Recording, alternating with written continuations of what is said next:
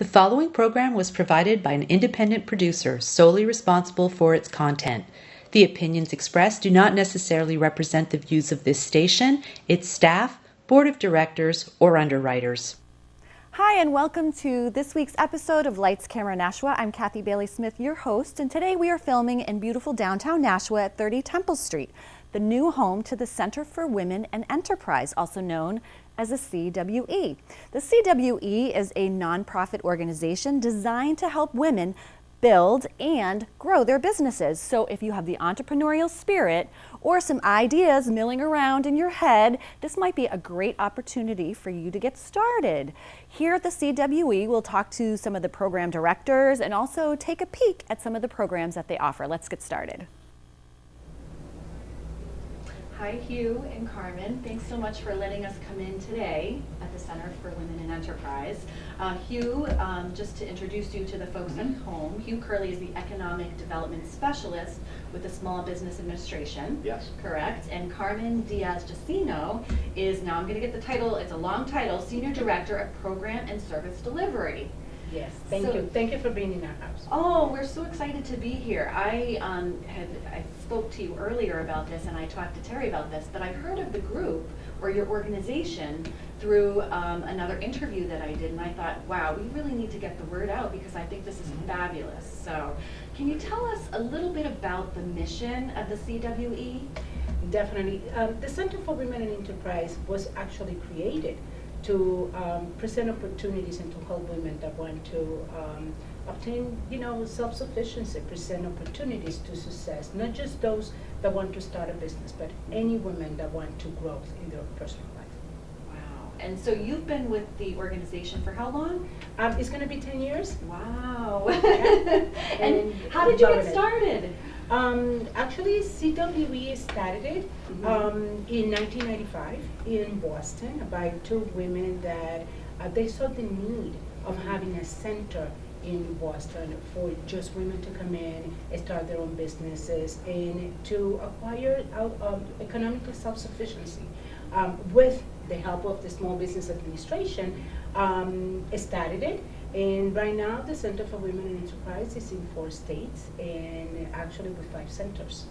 Wow, that's wonderful. Helping a lot of women. Yes, that's wonderful. And Hugh, how does the role of the Small Business Administration come into play with the CWE? Well, that's a great question. And the SBA really has 3 roles that we identified with. And they make it easy for me because they all start with C's. All right.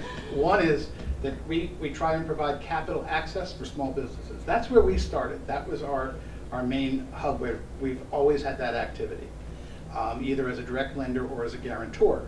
The second, from that, then we got into seeing that some of those loans had difficulties, and so we developed a counseling component. And that counseling component then has really been a large part of what we do. That has developed to be larger in some ways than even the lending activity, because the counseling helps those who are getting into business or in business, whether they're borrowing or not. And the third area, just to mention, is government contracting. So we use that C too, but it's to help people take advantage of the opportunities for participating in serving the government through their providing their good or service to the government on a municipal level, a state level, or even on the federal level as a prime or a subcontractor. And that's the biggest buyer of products and services in the world. So it's really been something good. And the CWE has been a godsend to us down in this part of the state especially, to be able to focus more on those issues that affect women as business owners, as they were really 20 years ago. Certainly would not be, that's when really that started. Since then, the rise of women's business ownership has eclipsed the start certainly of businesses owned by men. Wow. And so now you made a decision to place this particular office in Nashua here on Temple Street, 30 Temple Street. And so how did that come to be? How was that decision made?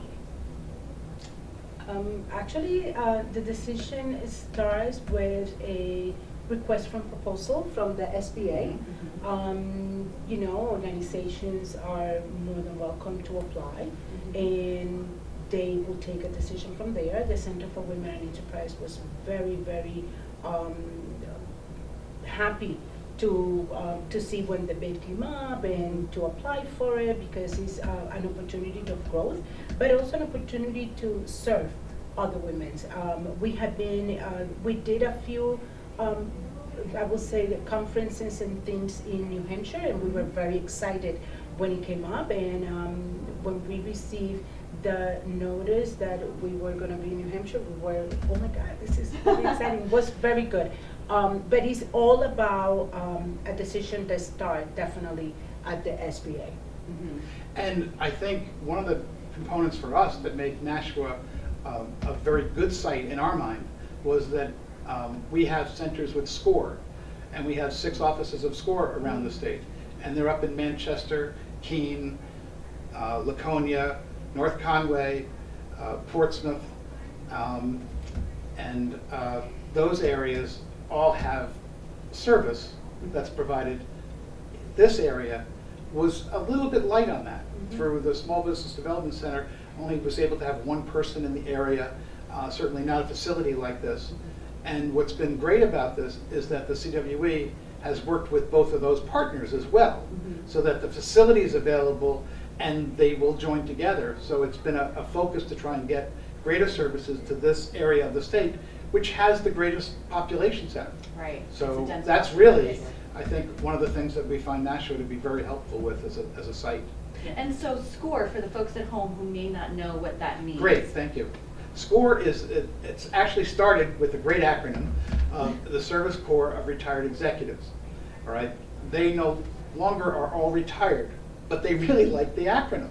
So they stayed with the acronym, but they're really Counselors to America's Small Business is their technical name, but they are volunteers who are men and women who have been either business owners or headed up a business unit, and they truly just give of their time, and they're able to provide services to people by saying, either from the very, very early startup, what do I do?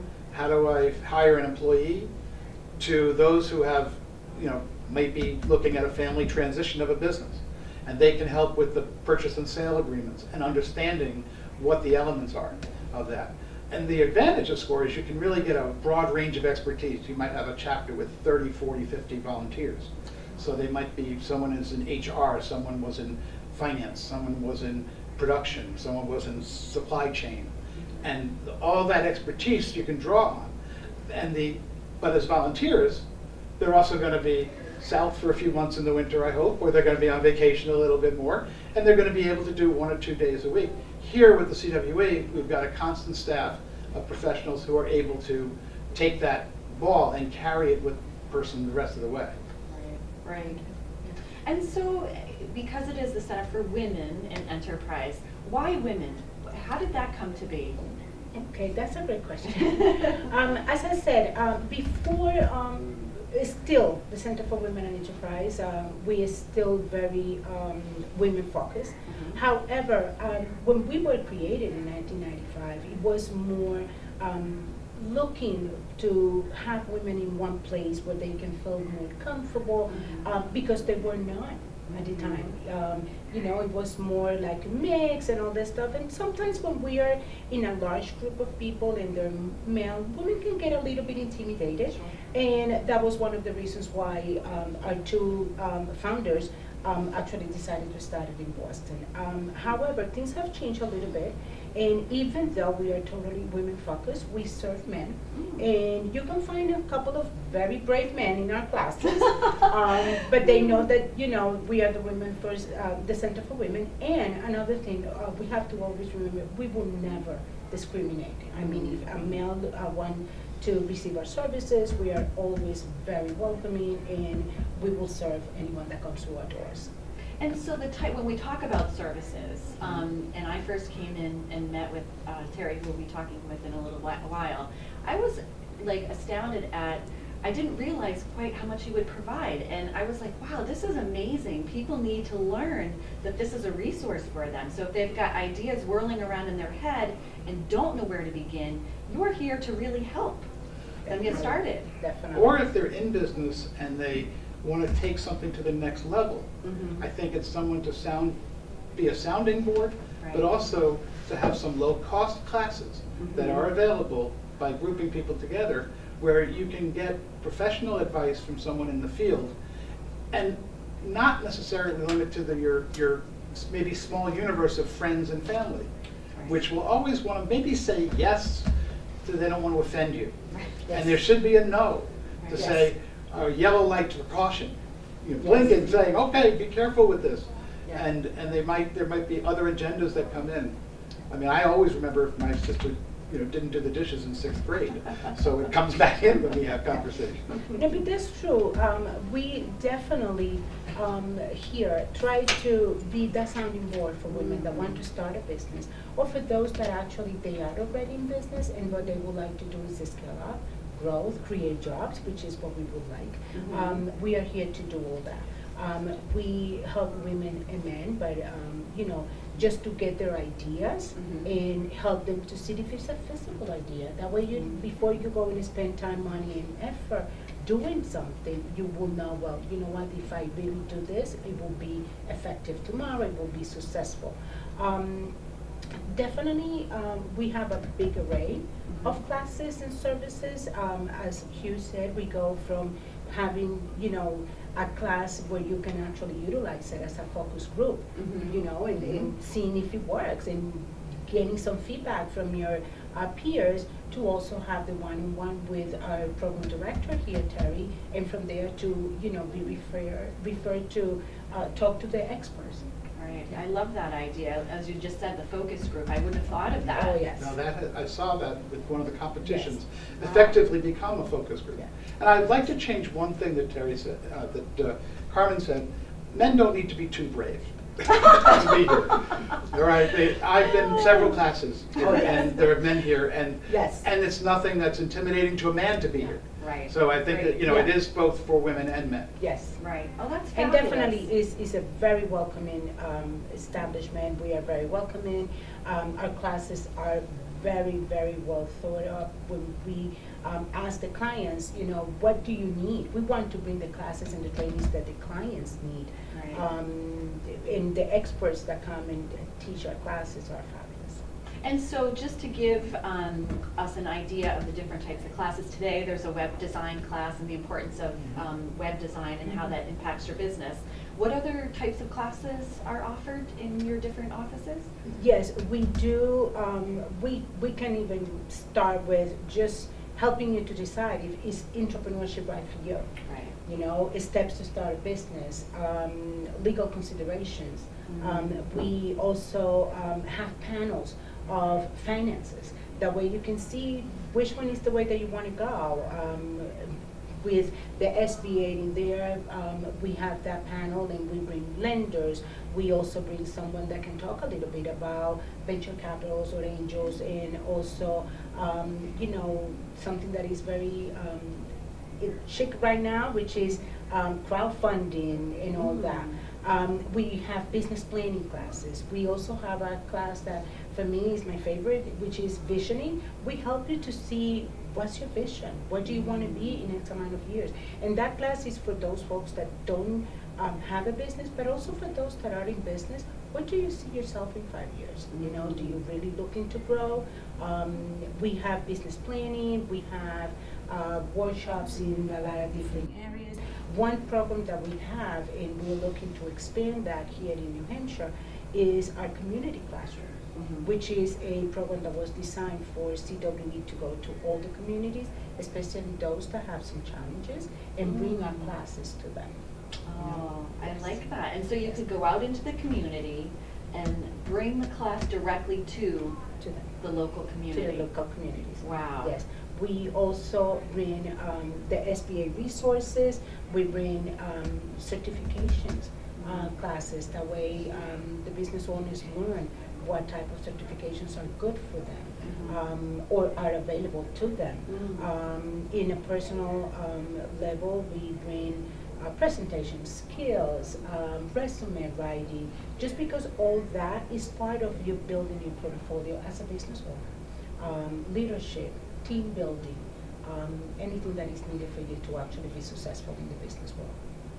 And so I think that what I've glimpsed at my time here and just seeing the classroom and talking to the folks here is that not only is it educational, but there's a sense of community among the participants that when you're in a group with other people in the same boat as you, I would imagine that makes you feel like you're not alone, you're here, it's a sense of community. Fellowship, I guess, could be a word. I don't know.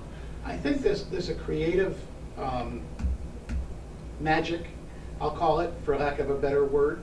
But when you do have a class of people that are beginners, or people that are looking at government contracting, or people that are on the same page, they will hear something when a comment might be addressed or a question comes up, but it actually impacts them. So I think there's a real value to interactive classes, even over web classes and things like that, where you're somewhat in isolation, but where you can hear something and see something differently because someone has said it or phrased it a little differently. Now it's an insight for you. Yes. And I think that's one of the advantages. Plus, I think one of the things that I will say is more open with women, which is why men shouldn't fear, but I think women are more willing and capable of sharing ideas. All right, and not to put down my brethren, but there are some that are just maybe a little bit more defensive. Right. And so I think that what I've experienced here is that women are much more capable, and that does build a community. Yes, definitely. That's one of the things that we are most proud of, the community that we build in every of our centers. Right. And so this particular center in Nashua serves all of New Hampshire. Yes. So it's not just for Nashua residents, it's for anyone in the state, Yes. correct? Correct. So if I'm up in Bow, New Hampshire, I can contact your organization Definitely for some you can. guidance and support. Yes. Okay. Yes, and as I mentioned before, Kathy, we will be bringing our classes to the different parts of the state, and it means that they can find us probably in a lot of different places. Wow. And so when you started, and I think you moved in technically in August, was that the grand opening? Was In August? July. Oh, in Yeah. July. Okay. What have there been challenges about coming here, moving here, starting here? What's it been like? It is a challenge because we are the new kids on the block. But yes, it is a little bit challenging just because we have a staff of 2 in this office right now. We are looking to make friends, let people know about us. That's why being part of this Access Nashua is so important, and we want to thank you again, just to get the word out. Thanks to the SBA, we have been in a lot of different events where people are starting to hear about us. We have been part of different expos and things like that. That has been, I will say, one of the biggest challenge, even though I have to give a lot of credit to our team here because they try to be here, there, and everywhere. But we know it's going to take a little bit of time. But I will say that has been one of the most challenging thing. Something else is just getting to know our communities here, and what do they need. And that's when our partnership with the SBA comes to be so important, because whatever they hear, they can definitely say, can we, and we can provide those services. But I will say that that's kind of what we see. Hopefully we are making friends, and that will bring us to be more in the communities, to learn more about them. Right. And you're in a great location here, in the heart of downtown. And they are, and it's got access, wonderful parking. I think that's one of the things that Yes. people kind of dread a little bit when you come to any downtown is, am I going to park right, or am I going to be able to find the parking I need? And Exactly. here it's free parking. But I think there is it's a wonderful facility with a great classroom and technology. One of the challenges, I think, has been that it's not on the ground floor. So there's not a big sign that's out there saying, we're here. Right. So I think using a program like this, Kathy, is really a godsend. Yeah. I think that there's a lot of good that's coming on. I think they've also done a good job at pairing up with our partners, our other partners, as I mentioned before, with the Small Business Development Center for the UNH and the chapters of SCORE. So they've been able to kind of combine that too. So, the word will get out. Yeah. Right, right. Yeah, the resource partners have been very, very welcoming, and we do appreciate that. And when we look at who your typical client is, just not necessarily in Nashua, but in general? Is there a typical person who comes in and, or it can be really anyone with an idea? I will say anyone with an idea. Okay. I mean, we have, we can go from the two extremes. I mean, we can have someone that actually, you know, I was just thinking, and he's like, okay, let's talk about it and let's see if it's something that is actually feasible. A lot of times when they talk about it with someone else, it becomes a little bit more real, you know, and from there we go, okay, would you like to actually take a class? And, you know, some people, everyone has their own pace, and we have to respect that. Some people come to us and said, I'm thinking about it for X time. Some others said, I want to do that now. Some others, they do it for necessity because they actually lost their job or they're divorced, something in their personal life. But we can have someone that actually is in a business for X amount of time and they're ready to grow and they don't know how to. Or some others, like Hugh mentioned, they actually said, you know what, I'm ready, I need to transition out of my business and I need some help. How can we do this? Means that doesn't make no difference, we are there to help at any stage. Right, so support at each stage of the game. Right, and I think along the way, if a business is going from, maybe call it side street to main street kind of approach. If they're going from their house maybe and now they're upgrading and they're looking to, you know, am I going to go with this part-time to full-time? Then I think a lot of people will start with something on the part-time side. Yeah. Is this viable? I think what Terry is great at is helping them evaluate that and say, is it viable? And each person is going to be different. They really and truly are. It's not just a saying. They've got their own circumstances. You mentioned someone who's maybe just been displaced from work. And that's a very tender time. And they might have assets available to them that they didn't have at other times, but they might be more that they were geared towards retirement. We want to try and help that they make that as a sound decision. They've been an employee for 20 or 30 or 40 years. Now to step out, do they have all the tools that they need, or do they know where to find them? Yeah, right. And I think that's the important thing that they really pass along. Right.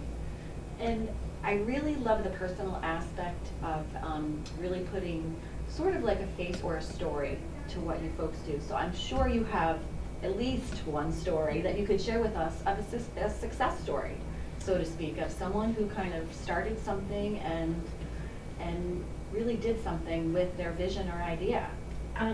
We have many, and Sure. I am actually gonna probably still tell you a story, but yeah, I'm gonna speak a little bit about our very first client here in New Hampshire. She came in, she would like to open at the time a circus, and she was very, you know, I'm gonna say steady on her idea. She has experience because she was part of different circus and including Cirque du Soleil. And it was like, I want to do this, and I'm very happy to say that working with Terry and working with the Center for Women in Enterprise, taking some classes, she just informed us today that she has a contract for all the summer and the circus will be opening. And I can't remember specifically in which part of the state, but I know she's going to be open from the weekend before July 4th until Labor Day, and that's going to be open because she was very, you know, consistent, looked for the right help, and for us, that's a success story because it started just with an idea. Right. Now it's for us to help her to actually continue in her path, and you know, she's in negotiations for another contract in Quebec. It means that she's there, Wow, she's getting there, and that was something that just started last year. Wonderful. You know, with an idea. So you love to hear that, and you love to hear that there are resources for people Yes. who have an idea, because I know of folks, I have friends, I have family who have ideas and they just don't know what to do. Yes. And it's nice to hear that there are resources there and Definitely. available. Definitely. What if you could give Hugh one piece of advice to someone who maybe has an idea or is in transition or wants to try something new? Can you think of something as a piece of advice for them? Check the depth of the water before you dive in. All right, check that it's first of all not frozen, but then make sure that you have enough there to really do it. It doesn't cost anything to meet with someone, ask the questions.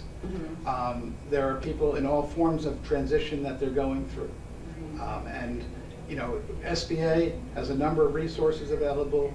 They can call our office at any time, which is 603-225-1400, or they can go online to our website, which is www.sba.gov/nh, and they'll be connected with an array, and we can even send out to them a resource guide that is probably the best listing of all the resources in the state, whether it be chambers of commerce, whether it be the municipal and county and state resources, as well as our three main partners in the state of the CWE, SCORE, and the New Hampshire Small Business Development Center.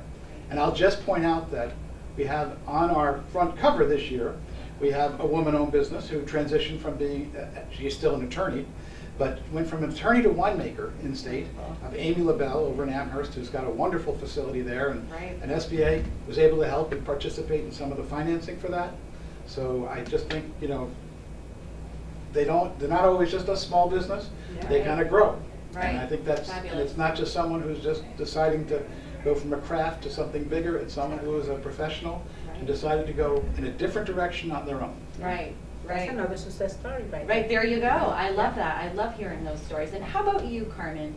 One piece of advice for someone that's either in transition, wants to start something, doesn't quite know what to do? I will say, don't do it alone. We are here for you. We are here. You don't have to do it alone, because sometimes we don't see the obstacles or the challenges because we have the passion, and that's our job, to ask the tough questions. That way you can take a decision, an informed decision. And I think that that's definitely the best advice that I can tell anyone. I mean, as an entrepreneur myself, I can tell you that it is invaluable, the information that you can find when you meet with someone and you tell them your story, and they can see things that we don't see. Correct, which is true. And how do people reach you if they want to learn more about the CWE, find out more? What's the best way? The best way, I would say, if you can visit our definitely website, www.cweonline.org, and they can find all our locations, they can find our classes, everything that we do. But more than anything, we can answer questions that they have, set up appointments, and do everything with them. Wonderful. Well, it was a delight talking to both of you. Thank you, Hugh, so much for being here, and Carmen. Thank you. Anything else you'd like to add for the folks at home that we haven't covered? Or we're here for them. Just come and visit us. Come and, take 5 minutes. Come and see us. Terry and Mary Ellen will be more than happy to give you a tour of the office and learn a little bit about them. Think small, then grow big. Think small, grow big. I love that. Well, thank you for your passion and commitment to this. I think it's fabulous that we're doing this here locally. So it's wonderful. So Thank you so much. Thank you so much. Thank you for having us. Now that we've learned a little bit more about the CWE, let's take a look at one of their classes being taught by Jennifer O'Keefe from Glickstorm. Okay, this is what I was getting to about how you register the domain name. It's public information, it's a database. So this is another thing, be aware that when you buy a domain name, I deleted most of my information because it was further down, but it'll have your name, your address, your phone number, your email, because it's public information. If you go through sometimes a third party, like if you were to hire a web designer or a web design firm, sometimes the web design firm will put themselves in all of these 4 categories. If your name is not as the registrant, like you can see my name here, I own that domain name. If your name is not in that top thing, you do not own that name. When I do website redesigns, this is one of the first things I do. I look to see if they own the domain. I'd say 80% of the time they do not. And a lot of the time, they don't even know who that person is because it was like 3 web designers ago type of thing, okay? Isn't that unethical though to do that? I mean, It's, they don't know that it's kind of like a, is it just a convenience thing when they're? it's convenient when they set it up, and it's kind of a forgotten thing. And the design company, it's standard for some companies to do it that way because the consumer doesn't know. Okay, but what I see happen is, again, the company that I'm working with, that's a very large, like a retirement community type of thing. They've had several website revisions, and we had to track down because this person like doesn't even exist anymore. They're not working with, and they have access to everything. So you need to be careful. If you're doing it yourself, like going through GoDaddy and she's buying her domain name, she's going to put herself in all of those positions and she's fine. And if she were to hire someone, she might put the web designer here and sometimes here, but you will always be that top thing. And there is in your handout, I gave you the link to where to check if you already have a website. You can go on and see if you actually own the domain name. Hi, and now I'm joined by Terry Williams, who is Program Director here at the CWE, or the Center for Women and Enterprise. So thanks so much for talking to me, Terry. Oh, thank you for having us. Thank you. I was hoping to find out a little bit more about your background, because now you're the person here in the Nashua location, or New Hampshire, I should say, not even just Nashua, but for New Hampshire. So I wanted to learn more about what your background is and what you're bringing to this organization. Sure. I've always been very interested in women's issues and how to overcome some of the challenges that women have had. And more recently, I did some work in South America, in Guatemala and in Peru. And both countries I worked on projects for women, and one of which was income generating project and a microloan program. So that got me very interested in what a small business could do for a woman and what a microfinance program could do for a woman. Most recently, I worked at the Merrimack Valley Small Business Center, and that is in Lowell, Massachusetts. There I was the assistant director, and I did one-on-one counseling as well as a variety of different trainings. I developed and did trainings and found experts to come in and do trainings as well. So there's a lot of similarities as to what I'm doing now. Here I'm responsible for the center, for this location, and I do a lot of outreach. Right now I'm really trying to let people know that we're here and what the services are that we provide.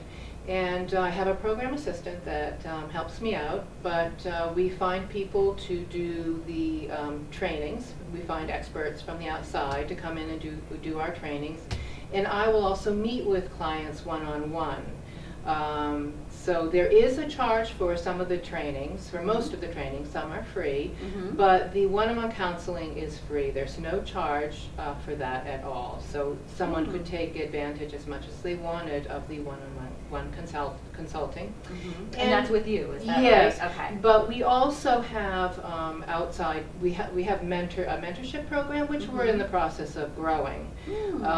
But what I will do is when a client comes in, I'll meet with them to really assess where they're at and see what their needs are and to see how our services can best match up with their needs. And also refer them to outside resources if they need that. We have SCORE, and we have the Small Business Development Centers. So sometimes they're just not really aware of what other resources are available for them out there. And what I'll typically do is an action plan, which will set out goals and then ways that they can accomplish the goals, and that provides some structure for people, because a lot of times people feel overwhelmed, especially when they're starting a business. So it kind of keeps them on track. It lists what trainings they can take advantage of, and so it sort of keeps them on track. And then when I meet with them again, we'll go over it, so I know kind of where they're at and how to pick up with next steps. So. Right, right. And I found that helpful because, as you know, I came in and Yes. met with you directly. Yes. Yeah. And I was surprised at how much support Yeah. and guidance you folks actually give. I wasn't expecting Yeah. quite so. I thought maybe there would be a few resources here. Yeah. I wasn't aware, and I was like, wow, this is really amazing. Yeah, I mean, we really want to be a community and a support system for our clients.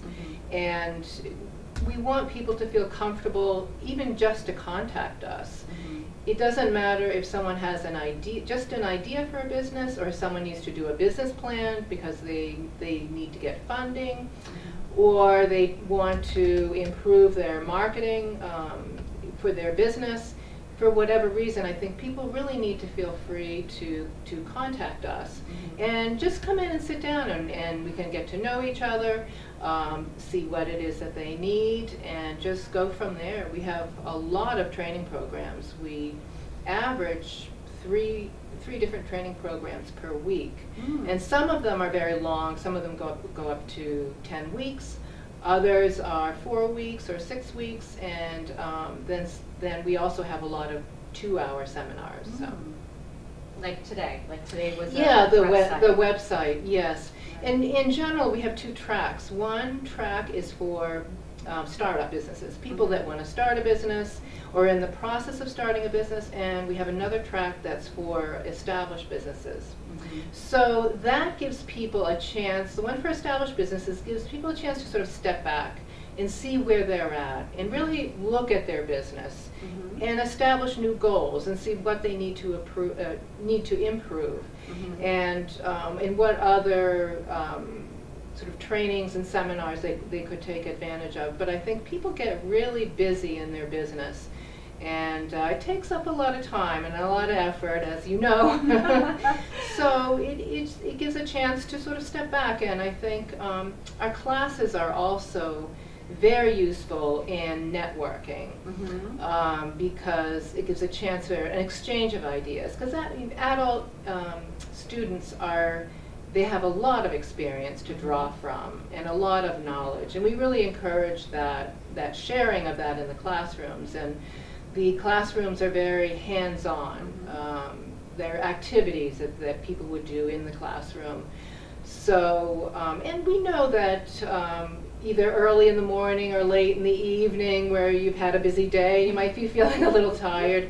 It's good to keep the energy up and be active in the class. And so we also have some seminars for people that are in transition, and that's something that's newer than our other programs, but it's for people that have recently perhaps lost a job or quit their job and they're trying to figure out what they want to do next. And we have seminars such as Rock Your Resume, networking, a seminar on how to effectively network. We have a seminar on presentation skills, which is really good. Oh, wow. Okay. Yeah, and how to present, maybe it's presenting your business. We have one on pitching. And we also have one on improving your credit, understanding what's in a credit score, how you can improve that. Because if you are, not just for your business, but personal credit, it's always really necessary to have good credit, whether you're going to rent an apartment or get a car loan, and then for business loan applications, a personal credit score is really important. So a wide array of Yes. topics that you cover, kind of Yes. for all different aspects or stages Yes. of planning and starting and maintaining a business. Right. And we really, there are a lot of seminars out there for basic marketing or a basic business plan. So what we're trying to do is complement those that are already out there, and also develop new ones that people could really take advantage of and improve either their personal situation or their business and their business skills. So, Right. yeah. Well, it's very interesting to me, and I would imagine that you probably come across questions that are similar. Like, what is there like a common question that most people have, do you think, that come to you when they're starting out? Well, a lot of people, and this is where developing an action plan is really helpful, because people can come in and they have questions about what steps you need to take to start a business. Like, how do I register my business? Are there taxes I need to pay? And a lot of times they need to back up, because it's really important to really get your business idea, really flesh that out, do a business plan, really understand who your market is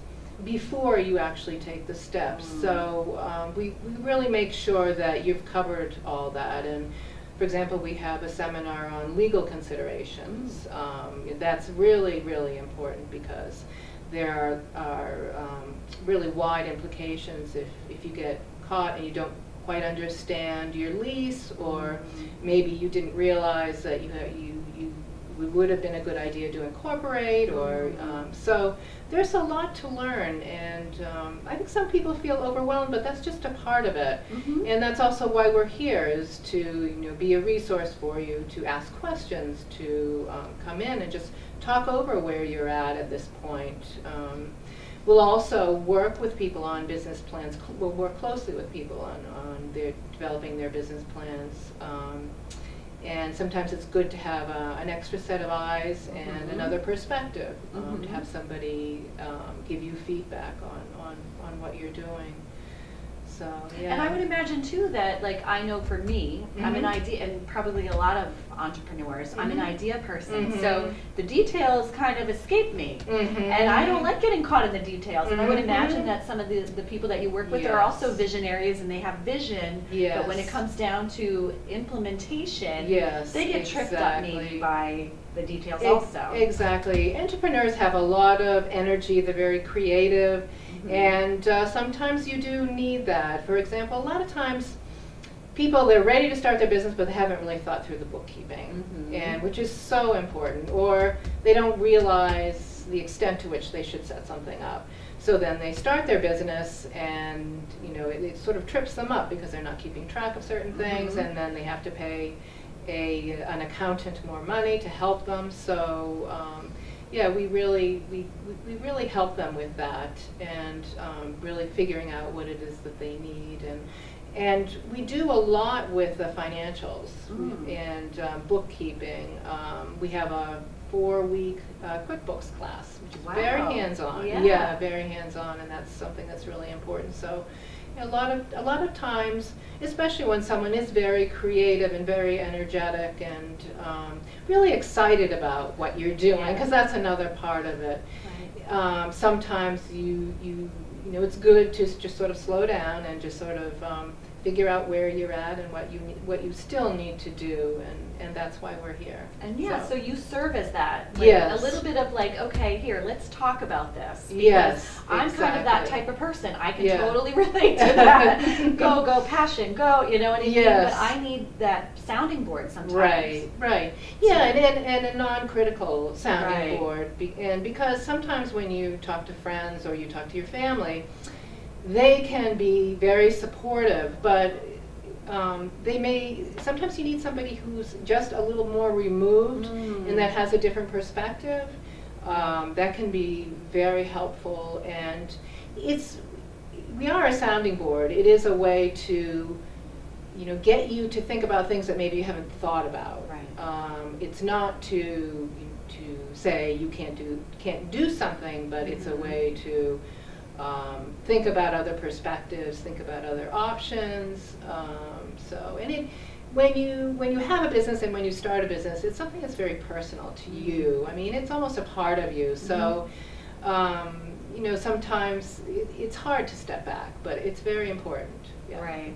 And now, what types of businesses have you seen started here? Sure. I think Carmen mentioned the first client was a woman who she's actually starting a circus. I love that. Which I know, it's great. And she definitely knows what she's doing. She has a ton of experience, and she both will have the circus, and then she will have a rental business, renting circus tents. So I think circuses have had a sort of a rejuvenation.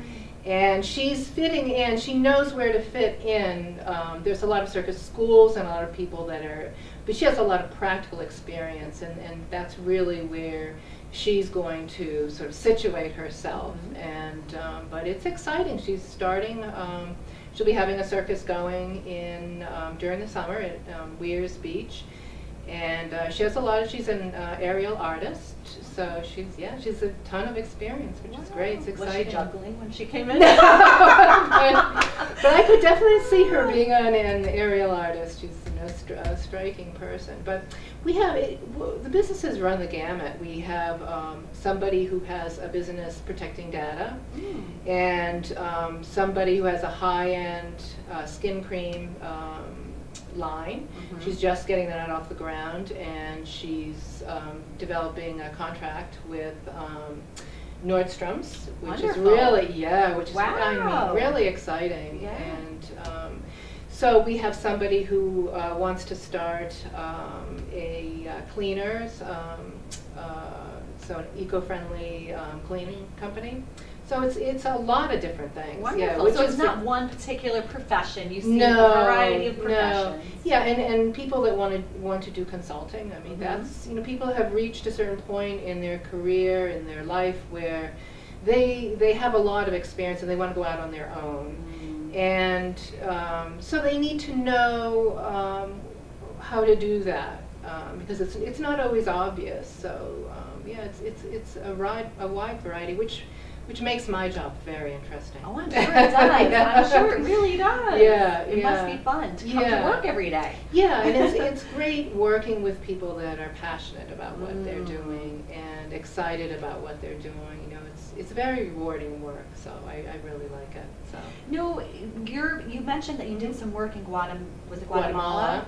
What Yeah. kinds of things did you? So you were helping? Yeah. Well, I was working as a volunteer actually, for a Guatemalan NGO, and they had a project in a more remote part of Guatemala. So I was there as to help them establish an office. And one of the projects the one that I became most involved in was income generating project for women. So to enable them to start a small business, but it's really get extra income for their families because they live in very rural areas, and life can be a little tough sometimes. So we worked with them, and what we ended up doing was projects where they could raise either chickens or pigs. So I learned a lot about chickens and pigs, and I learned that pigs are the women became very attached to their pigs and didn't necessarily want to sell them.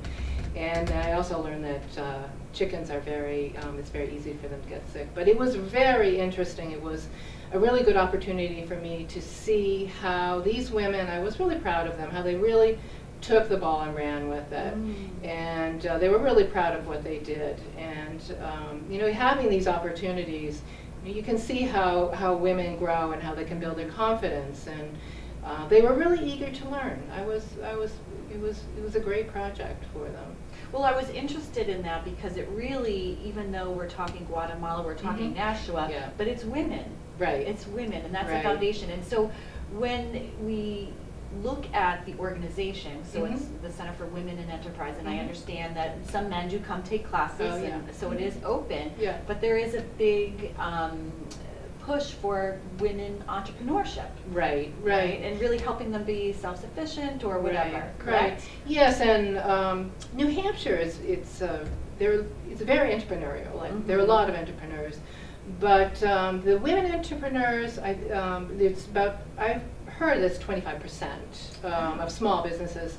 So there's definitely room for growth there, and I think there are a lot of people that really want to start businesses and grow their businesses.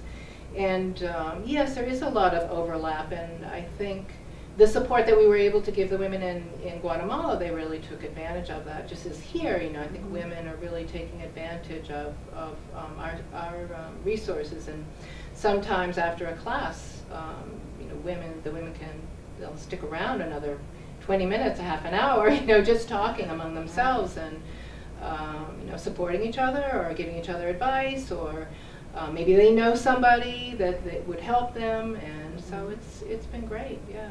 Wonderful. Yeah. And what is one piece of advice that you would give? If you had to give someone one piece of advice about starting or transitioning into a business or growing a business, is there anything in particular that you can think of that you could offer up as advice? Well, really understand what it is that you're doing. What are the goals of your business? What are you trying to do? What problem are you trying to solve? And making sure there's really a market for your business, really understanding exactly who your market is.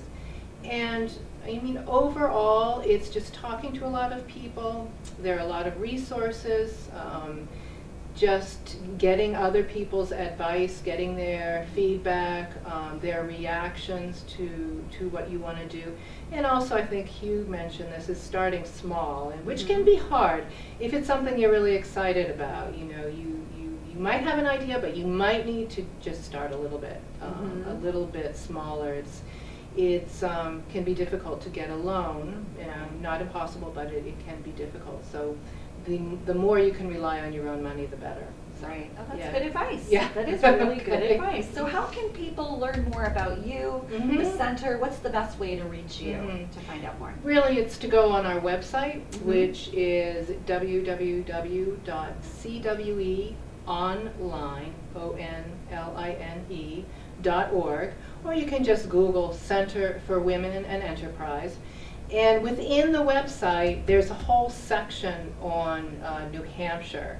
Again, my name is Terry Williams, so my email is twilliams@cweonline.org. So, and they can feel free to call us and however they want to contact us. Wonderful. Well, thanks so much for sharing your story and telling us more about the center. I think it's what your work here, you know, is very passionate and exciting and very instrumental in our New Hampshire community. So thank you very much for all the work that you do. Okay. Thank you, Kathy. I appreciate the opportunity. And that's the conclusion of this week's episode of Lights, Camera, Nashua. Thanks so much for joining us. We'll see you next time. The preceding program was provided by an independent producer solely responsible for its content. The opinions expressed do not necessarily represent the views of this station, its staff, board of directors, or underwriters.